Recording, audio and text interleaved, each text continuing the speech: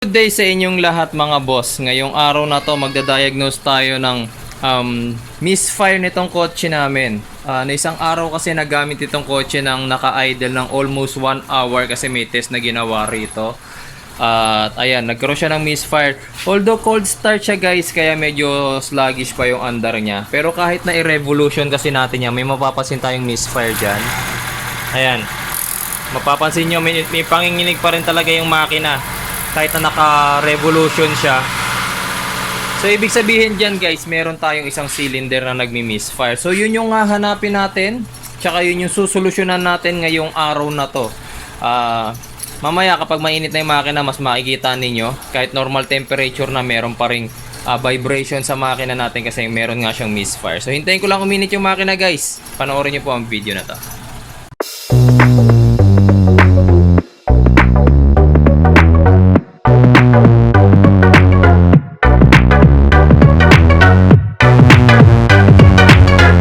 Habang hinihintay ko na mag-normalize itong operating temperature ng aking makina, mag-open yung thermostat and mag-open yung ating radiator fan.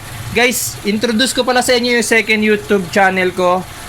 Exclusively ginawa kong YouTube channel na yon para sa mga motorcycle tutorials and then motorcycle topics, anything about motorcycle. So, ang name ng YouTube channel ko na yun guys is Motorcycle World by Jeep Doctor. So, sana mga boss, kung paano nyo sinuportahan ang YouTube channel ko na ito ng Jeep Doctor, please also support my second YouTube channel, Motorcycle World by Jeep Doctor. Subscribe po kayo and then like nyo po yung aking mga videos doon. Maraming salamat po. Sa normal operating temperature na yung ating makina, almost nasa 65 degrees Celsius siya according dito sa ating radiator cap. Tapos yung ating radiator fan na yan, nakikita nyo gumana na siya. So indication yun na nasa normal operating temperature na yung ating makina. Bumukas na kasi yung kanyang thermostat. So makikita nyo mga boss, kahit normal operating temperature na yung ating makina, may makikita kayong panginginig sa kanya. Pagbasihan nyo na lang itong hose. Ito yung pinaka makikita nyo yung visible proof na may vibration yung ating makina. Indication ng misfire yan. Tapos kapag ni-revolution natin, mas maririnig nyo na meron siyang misfire. Ayan. Nakikita nyo, ang lakas ng vibrate ng makina. Ayan, nakikita nyo, nag-vibrate siya kahit pa paano. Ayan. So, yan yung pagbabasihan natin ngayon mga boss. Tingnan natin kung saan nagkakaroon ng misfire tsaka kung ano yung reason. Meron ako rito guys, spark plug tester. So, iisa-isahin ko yung mga high tension wires natin. Titingnan natin kung nagsusupply ng kuryente yung distributor sa each spark plug 1, 2, 3, 4. So isa-isa ko ito ikakabit. Papatayin ko muna yung makina, then isasaksak natin itong spark plug tester na to.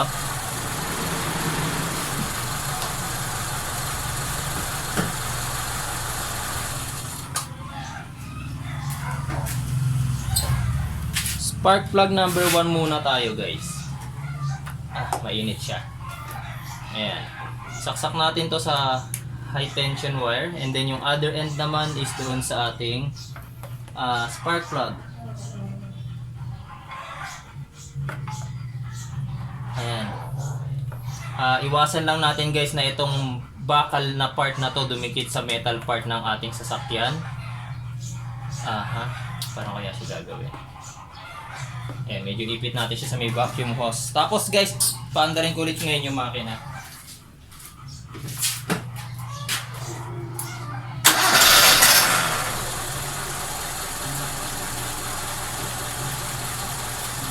Ayan, kung nakikita nyo guys, umiilaw yung ating spark plug tester. So ang ibig sabihin guys, yung distributor natin nagsusupply ng kuryente dumaan sa high tension wire number 1 papunta do sa ating spark plug, kaya umiilaw yung ating tester. So good yung ating high tension wire number 1 din yung sa distributor.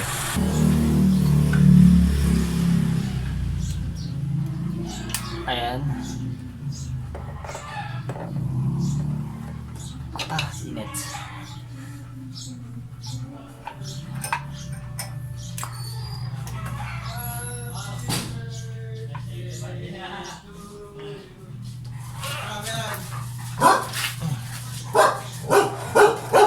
super.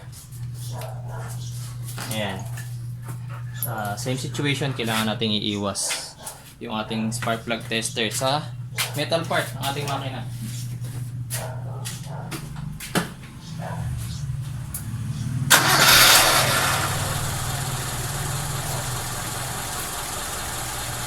Sa second spark plug, second high tension wire, okay din siya, umiilaw rin, nakikita nyo.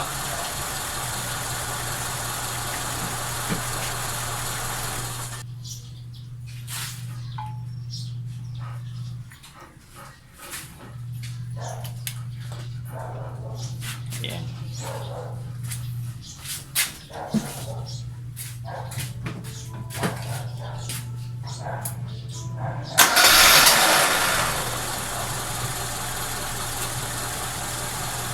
Ayan, so yung third spark high tension wire natin okay din. And also yung sa distributor natin, walang problema sa terminal ng distributor, umiilaw yung ating tester.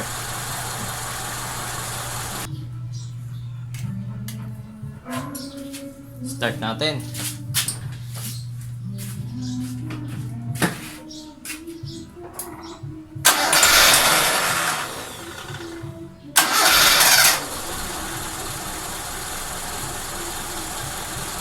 Ayan. So sa number 4 guys, umiilaw rin siya. Ayan. Patayin ko muna yung makina.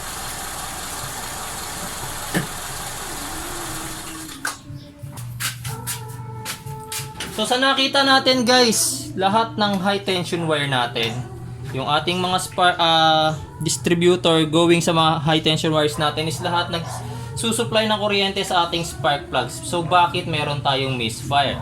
Okay. So ito yung explanation ko dyan guys. Maaring may misfire tayo dahil sa spark plugs. Itong tester na to, ang tawag dito is spark plug tester. Pero sa totoo lang guys, hindi talaga to spark plug tester. Much better na tawagin nga tong high tension wire tester kasi kahit napundido ang mga spark plugs natin, as long as yung distributor natin, as long as yung high tension wire natin ay may dumadaloy na kuryente, magpapakita pa rin ito ng indication na good, or iilaw pa rin ito kasi nga dinadaluyan pa rin siya ng kuryente galing dun sa ating distributor, galing dun sa ating ignition coil. So hindi ito indication guys na good ang ating mga spark plug. Ang titignan natin ngayon mga boss kung ano yung reason, kung alin dyan yung nagkakaroon ng misfire. Hindi ko maia-advise ngayon guys yung gagawing diskarte na iisa-isahing hugutin yung mga high tension wire para malaman ko saan yung misfire dyan. Kasi ganito ang nangyayari dyan guys. Pag isa-isa nating hinugot yung high tension wire na yan at walang na-detect na ground, body ground yung ating ignition coil during sa rotation ng ating distributor, mababusted yung ating ignition coil. So wag na wag nyong gagawin yon. May mga car models, may mga ignition coil na ganun ka-sensitive. Kaya kapag tinanggal ninyo yung high tension wire while umaandar yung makina para mag-test ng misfire, maaaring mabusted yung ignition coil ninyo. So sa case ng Mitsubishi Lancer, napakahirap na mabusted ang iyong ignition coil or masira ignition coil kasi sa distributor ng makina natin naka-install yung mismong ignition coil, tas siya pa yung nasa pinakailalim. Walang way para mapalitan ng ignition coil kundi kakalasin mo yung buong distributor, tapos doon mo lang mahuhugot yung mismo ignition coil. Kaya napakahirap magpalit ng ignition coil ng Mitsubishi, hindi katulad ng Toyota na nasa gilid lang, o kaya yung ibang sasakyan na nakalabas yung parang canister o parang tube, parang bote yung ignition coil nila. Pero yung sa Mitsubishi, kagaya nito guys, napakahirap magpalit ng ignition coil niya. Kaya wag na wag niyong gagawin yung ganong klase ng test. So ang isang pinakamadali na maituturo ko sa inyong paraan is paggamit ng isang maayos na spark plug. So kung mapapansin nyo, meron ako rito isang garapon, puro spark plug yan. Mga pinagpalitan ko to sa owner ko tsaka do sa aking kotse. Hindi ko galing magtapon kasi nagagamit ko pa mga spark plugs na to pang test. Tulad nyan, kakailanganin ko ngayon ng spark plug para ipang test dito sa ating kotse. At mamimili lang ako rito na medyo maayos-ayos pa. Lahat ng spark plug na to guys is gumagana pa ng maayos. Hindi ko kasi hinahayaan na mag-misfire yung aking mga spark plugs. Since mura lang naman na spark plug, ordinary spark plugs naman ang ginagamit ko rito. Kaya karamihan sa mga spark plugs ko rito is working pa yan. So okay pa tong spark plug na to. Ayan. So ito yung gagamitin ko. Isa-isa kong tatanggalin yung mga spark plugs. Tapos ikakabit ko to dun sa bawat cylinder para malaman natin kung aayos yung tunog ng makina or mawawala yung misfire kapag napalitan natin ng spark plug. Ayan. So bakit nga ba guys na ganito muna yung advice ko, i-test muna gamit ang lumang spark plugs. Kasi ganito yan guys. Paano kung ang maging solusyon nyo agad is magpalit kayo ng spark plug. Let's say 100 pesos ang isang spark plug. So bibili kayo ng 4 na spark plug, 400 pesos. Paano kung hindi maayos yung problema? Hindi pala sa spark plug ang problema. Diba? So sayang yung pera. Kaya pinakamaganda yung mga pinaglumaan nyo yung spark plug na alam nyo gumagana pa, huwag nyo itapon. Pwede nyo kasing ipang test yan. Tapos isasalpak natin tong aking spark plug na maayos. Ito yung tinanggal ko ngayon. Makikita natin, makarbon siya. Nag-carbon ito guys dahil nga tulad ng sabi ko kanina, pina-idle ang kotse kong ito ng mahigit 1 oras nung nakaraan. So, masama sa makina natin yung nag-idle ng ganun katagal guys. Grabe, naka-idle lang siya, hindi tumatakbo yung sasakyan. So, may test kasi na ginawa rito sa kotse ko, kaya umabot siya ng ganun katagal na nag-idle.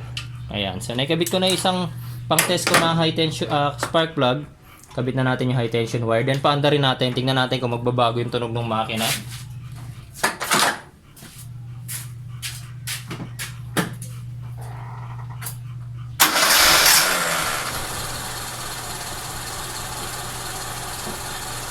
So nakikita natin may misfire pa rin siya.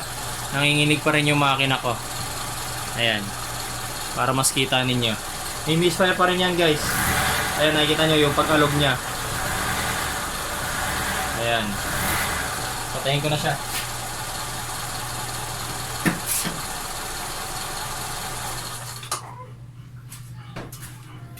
So wala sa spark plug number 1 ang problema natin. Tanggalin natin ulit yan. Guys, take note nga pala, pag magtatanggal kayo ng spark plug, na mainit ang makina, ingatan ninyo. Dahan-dahan lang kasi maaaring masira yung ating... May dalawang posibleng mangyari kapag hindi kayo nag-ingat. Una is maputol yung spark plug kasi ang mga metal, nagiging brittle yan kapag napakainit. So kapag naputol ang spark plug guys, ang mangyayari, kailangan matanggal nyo yung pinagputulan. Tapos syempre paano magagawa yon? Kailangan nyo baklasin yung cylinder head, dadalhin niyo sa machine shop para matanggal yung pinagputulan. So bigla kayong magbubukas ng makina ngayon ang dahil lang sa pagkakamali. Next thing naman guys, kung hindi man maputol yung spark plug, yung thread na kinakapitan na spark plug doon sa ating cylinder head, maaaring ma-lost thread yon. So kapag na-lost thread yon guys, yun yung mas masakit na bagay. Kasi hindi na yun mare-retread.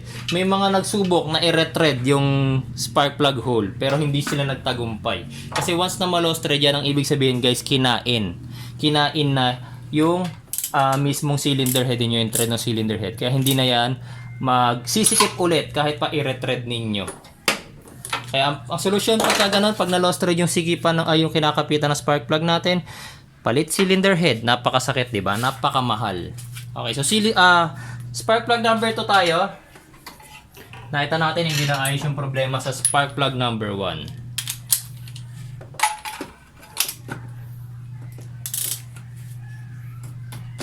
Ayan. So dahan-dahan guys sa pagtatanggal na spark plug.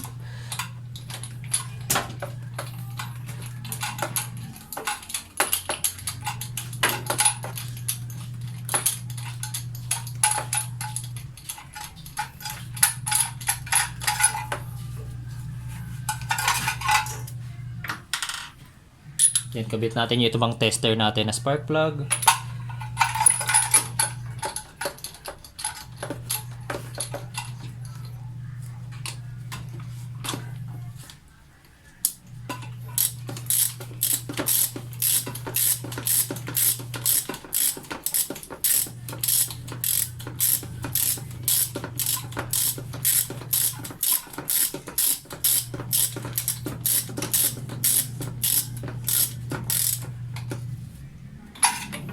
So kabit natin yung high tension wire. Sa high tension wire number 1, di ko pa pala naikakabit.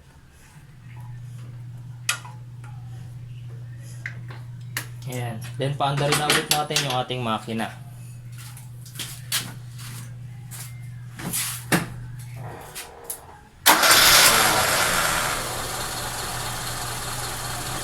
Ayan guys, so hindi pa rin nawawala yung panginginig ng makina.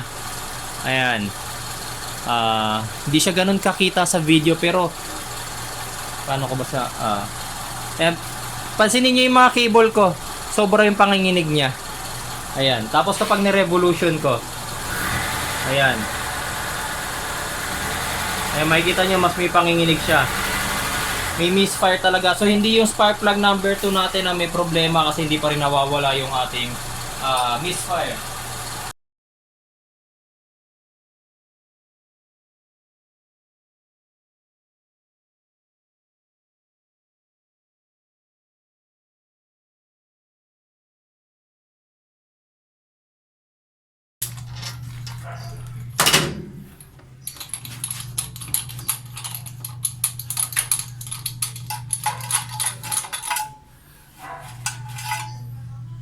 Spark plug number 3 natin, napakaitim din. Tapos ang napansin ko sa kanya guys, basa siya.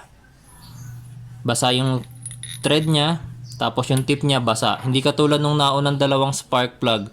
Maitim pero tuyo. So dry carbon yon. Ito kasi, hindi siya langis guys Basa siya kasi nga maitim siya kasi may carbon. Tapos nabasa siya ng gasolina kaya naging ganyan yung itsura niya. Pero hindi yan langis. Tapos ikakabit na natin tong ating pang tester na spark plug.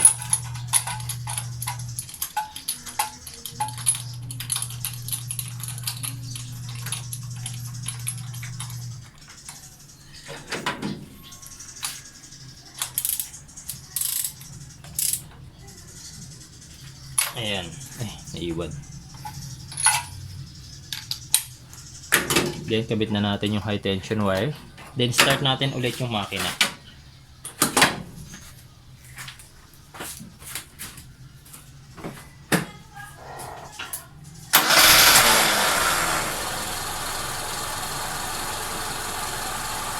Ayan guys. Nawala yung misfire ng ating makina. Makikita nyo yung ating mga cable, halos hindi nyo nakikitang umaalog, so wala nang panginginig. Kahit i-revolution natin yan, ayan, wala na kayo nakikitang panginginig ng ating makina. So nagkaroon tayo ng problema sa spark plug number 3. Maaring busted na to. So hindi na siya gumagana, kaya anong nangyayari, nababasa na lang siya na nababasa ng gasolina. Ayan, pansinin nyo, naririnig nyo lang na tumutunog yung aking makina. Naririnig nyo lang sa video. Pero tignan nyo, halos wala kayong makikitang umaalog ngayon dyan. Kahit yung cable kanina na umaalog, ngayon hindi nyo na makikitang umaalog. Pino na ulit yung andar ng ating makina. Ayan.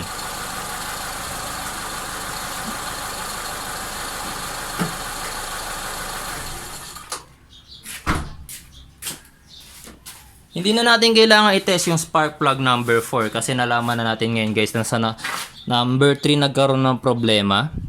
So, at least alam na rin natin sa video na to na spark plug nga yung naging problema. Wala sa high tension wire, wala sa distributor, at lalong lalo na hindi loose compression yung ating makina. So napakagandang sign nun kasi ang gagawin lang natin guys, magpapalit lang tayo ng spark plug.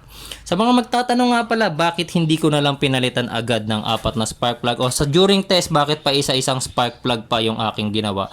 Bakit hindi ako kumuha ng isang set na spark plug tapos tines para malaman kung spark plug nga yung problema? Ganito kasi yan guys. Syempre, kaya natin inisa-isa para malaman nga natin kung alin yung mismong spark plug na nagmi-misfire. So, kung pinalitan natin yan ng isang set ng spark plug agad, tapos naayos yung problema, paano natin malalaman kung alin yung spark plug doon na nagka-problema, diba? So, ito, specifically, nalaman natin na spark plug number 3 yung naging problema.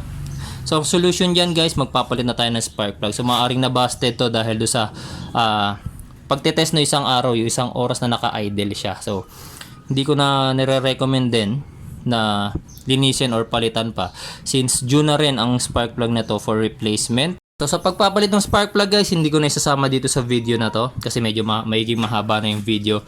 Gagawa na lang ako na isa pang tutorial sa pagpapalit ng spark plug, sa pagpili ng tamang spark plug para sa ating makina. Hindi kasi pare-pareho na porket 4-cylinder yan, porket Mitsubishi yan, Mitsubishi rin yung iba, gagayahin nyo yung kanilang spark plug. Hindi. Meron tamang spark plug bawat sasakyan. Meron ding tamang heat range na tinatawag. May mga code yan. Ayan. Mapapansin nyo. Kaya may mga code ng mga spark plug guys, hindi yan nilagay dyan para design. Nilagay yan dyan para may guide yung mga car owners para malaman kung yun ba yung tamang spark plug na gagamitin sa sasakyan nila or hindi.